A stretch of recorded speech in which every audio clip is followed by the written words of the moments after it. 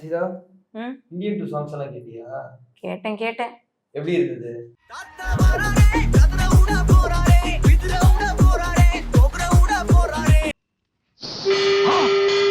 ஏய் இது ஆல்ரெடி போய் 2 நாள் ஆயிடுச்சேடா. நல்லா இருந்துச்சு. இதுல இருந்தோ எடுத்த மாதிரி இல்ல. எதுவும் எடுத்த மாதிரியா? அது ஏதோ இந்த ஒரு பொறாமை கக்கிட்டே இருக்கீங்களே யுவன் ஃபேன்ஸ் எல்லாம் அனிருத் மேல. அதுக்கு காரணம் என்ன? பொறாமலாம் இல்ல. ஆ. இருந்தாலும் என்ன ஆட்டையே தானே போட்டீங்க. இல்லன்னு சொல்லுங்க பாக்கலாம். அதெல்லாம் ஆட்டையெல்லாம் போடல. அது ஒரு சொந்த திறமை. பாடல் கேட்கும்போது வெவ்வேறு டியூன்ஸ் எல்லாம் உங்களுக்கு தானா தோணுது. அதுக்கு அனிருத் எப்படி பொறுப்பாவாரு? அதெல்லாம் மேட்ரு இல்ல. எப்படி இருக்கு? இங்க இருந்து ஆட்டையை போட்ட மாதிரி இருக்குல்ல, அதுதான் அங்க மேட்ரு. என்னன்னாலும் யுவன் தான். அனிருத்தோட லெவலே இப்போ வேற ஆயிடுச்சு. அதாவது யுவன் எங்க இருக்காருன்னு தெரியல எனக்கு. பட் அனிருத்தோட லெவல்ங்கிறது கொஞ்சம் எக்ஸ்டெண்ட் ஆகி போன மாதிரி தெரியல. என்னனாலும் யுவன் அடிச்சுக்க இங்க ஆளே கிடையாது. இதுதான் நீங்க பல வருஷமா சொல்றீங்க. கம்பேக் கொடுக்கவும் ட்ரை பண்ணிட்டே இருக்கீங்க. அதான கம்பேக் அப்பப்போ போட்டே இருக்கீங்க. கம்பேக்குன்னு எதுக்கு சொல்லணும்? யுவன் ஃபீல்ட்ல தான் இருக்காரு. கம்பேக்லாம் கிடையவே கிடையாது. 1996ல ஆரம்பிச்சு இப்போ வரைக்கும் யுவன் ஃபீல்டுலயே தான் இருக்காரு. 1996ல அவரோட ஃபர்ஸ்ட் ஆல்பமே சரியில்லைங்கிற ஒரு டாக் இருக்கு. ரிவ்யூலாம் படிச்சிருக்கீங்க. ஃபர்ஸ்ட் ஒரு 2 ஆல்பம் சரியில்லைனாலும் அதுக்கப்புறம் கொடுத்த எல்லாமே இங்க ஹிட் தானே. 1996ல உங்கால் என்ன பண்ணிட்டு இருந்தாரு? அப்பையில இருந்தே இப்போ வரைக்கும் ஃபீல்ட்ல கன்சிஸ்டன்டா அங்க இருக்கிறது யாரு? யுவன் தானே. அதாவது யாரா இருந்தாலும் ஜித்தனுக்கு ஜித்தன் வந்துட்டே இருப்பாங்கன்னு தான் சொல்லுவாங்க. இளையராஜா இருந்தாரு, அதுக்கு மேல ஏஆர் ரஹ்மான் வந்தாரா, ஏஆர் ரஹ்மான் மேல இப்போ போயிருவாருங்கிற ஒரு நம்பிக்கை எல்லாருக்கும் இருக்குல்ல. ஏஆர் ரஹ்மானே அனிருத் தானே கம்பேர் பண்றாங்க. ஆப்போசிட்ல இருக்கிற பேர் மாறிட்டே இருக்கும். ஆனா இந்த பக்கம் யுவன் பேர் அப்படியே தான் இருக்கும். அனிருத் எத்தனை பிஜிஎம் அப்படி ரீக்ரியேட் பண்ணி போட்டுருக்காரு தெரியுமா? அருணாச்சலத்தோட பிஜிஎம் ரீமிக்ஸ் பண்ணி போட்டிருக்காரு, அண்ணாமலை பிஜிஎம் ரீமிக்ஸ் பண்ணி போட்டிருக்காரு. அதுல அப்படியே தலைவர் ஸ்கிரீன் பிரசன்ஸ் பார்க்க அப்படி இருக்கும்.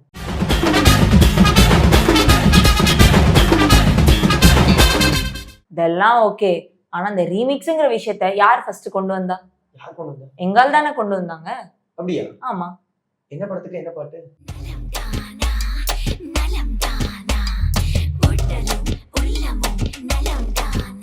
வச்சுக்கவா ஒன்ன மட்டும் நெஞ்சுக்குள்ள, சத்தியமா நெஞ்சுக்குள்ள ஒண்ணும் இல்ல, என்னை நீ காதலியே. அதுவும் இல்லாம யார மாதிரியும் கேஸ்லாம் வாங்கல. எல்லாம் பெர்மிஷனோட தான் பண்ணாங்க. சொந்த பையன் மேல யாரும் கேஸ் எல்லாம் போட மாட்டாங்கப்பா. உனக்கு அறிவு இருக்கா? அந்த பிரச்சனைக்காக அங்க வந்திருக்கோம். சரி, அவார்ட்ஸுக்கு போலாமா? இது என்ன கம்பேரிசன்? அதாவது 1996ல இருந்து ஒருத்தர் போட்டுட்டு இருப்பாராமா. அவரை வந்து 2011ல வந்தவரோட கம்பேர் பண்ணுவாங்களாமா. இதென்ன அவார்ட்ஸ்க்கு இது கம்பேரிசன் கரெக்டான கம்பேரிசன் இல்லையே.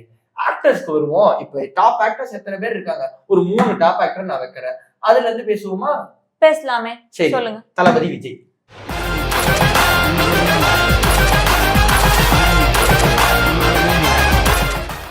தெரிஞ்சே ஆரம்பிக்கிறீங்க பாத்தீங்களா? சரி சொல்லுங்க. உங்களுக்கே தெரியுது. அதாவது இந்த விசில் போர்டுக்கு வந்த ட்ரோல்ஸ் எல்லாம் நீங்களே வாத்திருப்பீங்க.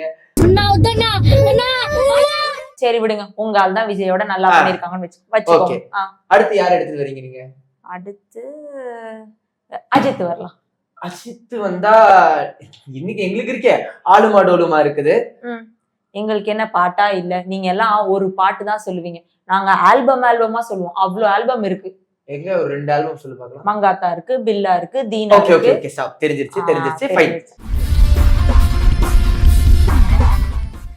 இதுல உங்கால ஜெயிச்சதா இருந்துகிட்டு. எங்கால தான் ஜெயிக்கணும் எப்படியும். சரி ஓகே, உங்கால ஜெயிச்சிட்டாருப்பா.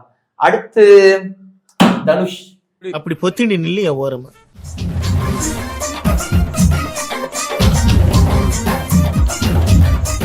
நான் 3 ஆல்பம் எடுத்துட்டு வரேன். நானும் ஒரு ஆல்பம் எடுத்துட்டு வரேன். யாரடி நீ மோகினி? ஓகே, பாட்டா பேசுவோம். சொல்லுங்க. ஒரு நாளைக்குள்ள திணிக்கணும். நீ பார்த்த வழிகள், வெண்மேகம், போனி போ, எங்கேயோ பார்த்த மேகம். அட என்ன ஈக்குவலா போயிட்டு இருக்கு. எனக்கு தெரிஞ்ச ஒரு டஃப் காம்படிஷனா இருக்குன்னு நினைக்கிறேன். இது ஷேரிங் எடுத்துக்குவோமா பேசாம? அனிருத்துக்கும் கரெக்டா இருக்கு, யுவனுக்கும் கரெக்டா இருக்குன்னு எடுத்துக்கலாம். யுவன் வந்துட்டு ஆப்வியஸா பார்த்தா விஜய் அவர்களுக்கு வந்து அனிருத் தான் பெஸ்ட். ஆமா. அஜித்துக்கு சரி எடுத்துக்கிட்டீங்க. எங்கால் தான் பெஸ்ட். இல்லனால எங்கால் தான் பெஸ்ட். ஒத்துக்கோங்க. தனுஷ்க்கு வந்துட்டு ஈக்குவல் 2 பேரும். சரி ஓகே. சரி, இதுக்கு அப்புறம்னா வாங்க சிம்புவை பத்தி பேசலாம். சிம்புவை பத்தி நாங்க போட்ட பாட்ட பேசலாம். ஆனா பேசினா பீப் போட்டுருவாங்க. அதனால சிம்புக்கு வேண்டாமே, வேற ஏதாவது சரி ஒரே ஜேர்னலா போயிடலாமா? ஒரு லவ் சாங் ஆக்டர்ஸா இல்லாம ஜேர்னலா ஜேர்னலா போயிடலாம். ஆமா. ஓகே. லவ்னா இந்த ஒன் சைடு லவ் எடுத்துக்கலாம் முதல்ல. ஒன் எடுத்துக்கலாம். சைடு லவ் எடுத்தானா எங்க தலைவர் சிவகார்த்திகேயனுக்கு அத்தனை ஒன் சைடு லவ் வந்து போட்டு வச்சிருக்காங்க. செஞ்சிட்டாலேவா இருக்கட்டும், இல்ல வந்துட்டு மாஞ்சா போட்டு தான், இதெல்லாமே ஒன் சைடு லவ்ல எங்க தலைவனுக்கு போட்ட பாட்டு தான். அனிருத்தோட பாட்டு தான். சார்ட் பஸ்டர் சாங்ஸ் தான். உங்க சைடுல இருந்து எனக்கு வருவீங்க? இந்த காதல் தாங்காதே, அது தூங்கும் போதிலும் தூங்காதே. அதுக்காக நீங்க இந்த இடத்துல அனிருத் கம்மின்னு சொல்லிட முடியாதுல்ல. கம்மிங்கிறத விட அந்த ஒரு பாட்டுலயே தெரிஞ்சிரும்ல. இன்னும் நாங்க எவ்வளவோ வச்சிருக்கோம். சொல்லுங்க, வேற ஏதாவது இருக்கா? டூயட்டுக்கு வருவோமே. அடுத்து டூயட்டுக்கு வருவோம். சரி, ஆப்வியஸா டூயட்னாலே இப்ப அனிருத்தோட மெலடிக்கு வந்து எல்லாருமே பெரிய ஃபேன் ஆயிட்டாங்க. எடுத்தோம்னா நான் பிழை எடுக்கலாம். அடி அழகா சிரிச்சு முகம். அதுக்கப்புறமா வந்து பார்த்தோன்னா இன்னும் நிறைய பாடல் சொல்லலாம்.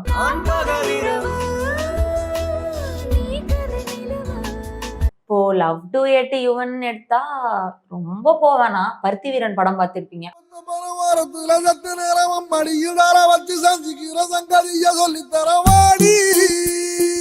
அந்த படத்துல இருந்து ஐயோ பாட்டு கேட்டிருப்பீங்க. அந்த பாட்டுலாம் சொல்லவா வேணும். சே, அந்த பாட்டை கேட்கும் போது அப்படி ஒரு ஃபீல் இருக்கும். சண்டாளி ஓ பாசத்தால என்னன்னா இருந்தாலும் எங்கால் தான் பெஸ்ட் டூயட்லயும். சரி, லவ் ஃபெயிலியருக்கு வருவோமே. சரி, லவ் வாங்க. ஃபெயிலியருக்கு வந்தோம் அப்படின்னு பாத்தீங்கன்னா, லவ் ஃபெயிலியர்ல அனிருத் அவர்கள் வந்து நிறைய பாட்டு போட்டிருக்காரு. ஆனா முதல் பாட்டு யூடியூப் ட்ரெண்டிங், அதாவது இப்பெல்லாம் வந்து யூடியூப்ல எல்லாரும் பாக்குறது ஓகே, அப்பவே யூடியூப் ட்ரெண்டிங்ல முதல்ல வந்த பாட்டே வந்து வைதிஸ் கொலவெறிட்டு தான். சூப்பர் மாமா. Ready ready 1 2 3. இதை தாண்டி நீங்க ஏதாவது பேசணும்னு நினைக்கிறீங்களா? ஓ, லவ் ஃபெயிலியர் அப்படின்னாலே வேற எதுக்கும் போக வேணாம், எங்க கிட்ட வந்தா போதும். ஏதோ மருந்து கடை மாதிரி பேசிட்டு இருக்கேன். ஆமா, my drugs, my vitamins, my essential nutrients அப்படின்னு சொல்லலாம். யுவன் ட்ரக் அப்படிங்கிறது எவ்வளவு பெரிய ஒரு விஷயம். எங்க கிட்ட வந்தா போதும், அவ்வளவுதான்.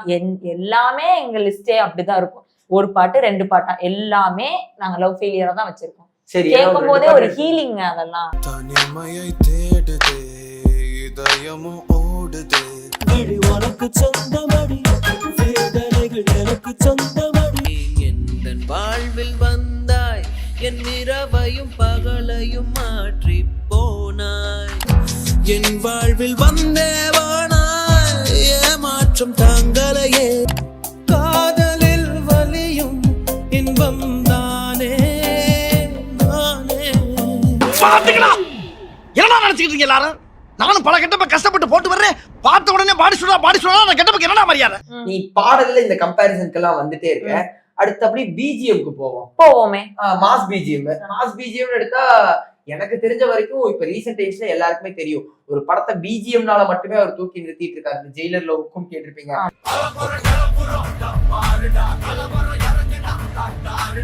அது பிளேஸ்மெண்டா இருக்கட்டும், லியோ கேட்டிருப்பீங்க. அது கொஞ்சம் பின்னாடி போனாலுமே விக்ரம் போனீங்கன்னா அவங்க எல்லாருக்குமே தெரியும் எந்த மாதிரியான பிஜிஎம். நாயகன் மீண்டும் வராருன்னு போடும் போதே தியேட்டரே தெரிச்சிருச்சு. இந்த இடத்துல ஏதாவது சொல்ல நினைக்கிறீங்களா நீங்க? தம்பி, நீ அடிச்சது யார் தெரியுமா? காசி.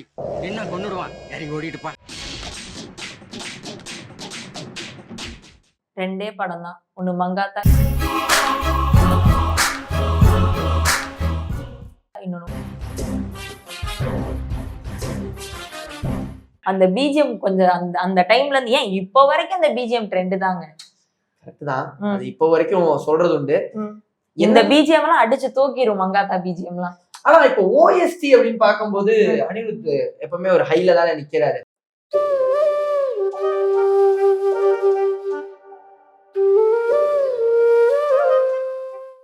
அந்த லவ் மியூசிக் எல்லாம் வரும்போது, அந்த பிஜிஎம் பேக்ரவுண்ட் ஸ்கோர்ல அந்த லவ் ஸ்கோரிங் எல்லாம் பண்ணும்போது எல்லாருக்குமே இப்ப அனிருத் பிஜிஎம் ஓட ஆரம்பிச்சிருச்சு, தானாவே வர ஆரம்பிச்சிருச்சு. வேற ஏய் கூட்டு போங்கடா.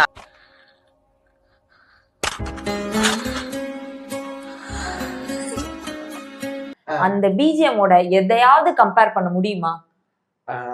கொஞ்சம் கஷ்டமான டாஸ்க் தான். அதாவது என்னதான் இருந்தாலும் கம்பேரிசன்ஸ் வச்சுட்டே தான் இருக்கும். இப்ப நீங்க சிவாமன சக்தி சொன்னீங்கன்னா டக்குன்னு வந்து உன் பார்வையில் சொல்லுவேன். எதிர்நீச்சல் இருந்து லவ் சாங்ஸ் எடுத்தாலும் யுவனுக்கும் இருக்கு, அனிருத்துக்கும் இருக்கு. லவ் ஃபெயிலியர் எடுத்தாலும் யுவனுக்கும் இருக்கு, அனிருத்துக்கும் இருக்கு. நீங்க எந்த ஜேர்னர் எடுத்தாலும் 2 பேரும் ஈக்குவலா தானே இருக்கு. இந்த ஜேர்னர் இதுக்கப்புறம் நீங்க பேச முடியாதுங்கிற மாதிரி ஏதாவது ஒரு ஜேர்னர் இருக்கா? அப்படி ஏதாவது ஒரு பாட்டு சொல்லுங்க பாப்போம். அப்படி என்ன, இப்ப உங்களுக்கு ஒரு பாட்டு தானே வேணும், அப்ப அதுக்கப்புறம் நீங்க பேச மாட்டீங்க அப்படிதானே? அதுக்கப்புறம் இந்த இதை முடிச்சிருவோம். கம்பேரிசன்ங்கிற விஷயத்துக்கு வர மாட்டீங்க. கம்பேரிசன் வர மாட்டோம். நாங்க ஒத்துக்கிறோம், எல்லாரும் ஒவ்வொரு இடத்துல யூனிக்பா அப்படின்னு ஒத்துக்கிறோம். ஒரு சில விஷயம்லாம் பேசுறதை விட போட்டு காட்டினாவோ இல்ல கேட்டாவோ அதுக்கப்புறம் தான் புரியும். கேக்குறீங்களா? கரை வரும் நேரம் பார்த்து கப்பலில் காத்திருப்போம், எரிமலை வந்தால் கூட ஏறி நின்று போர் தொடுப்போம்.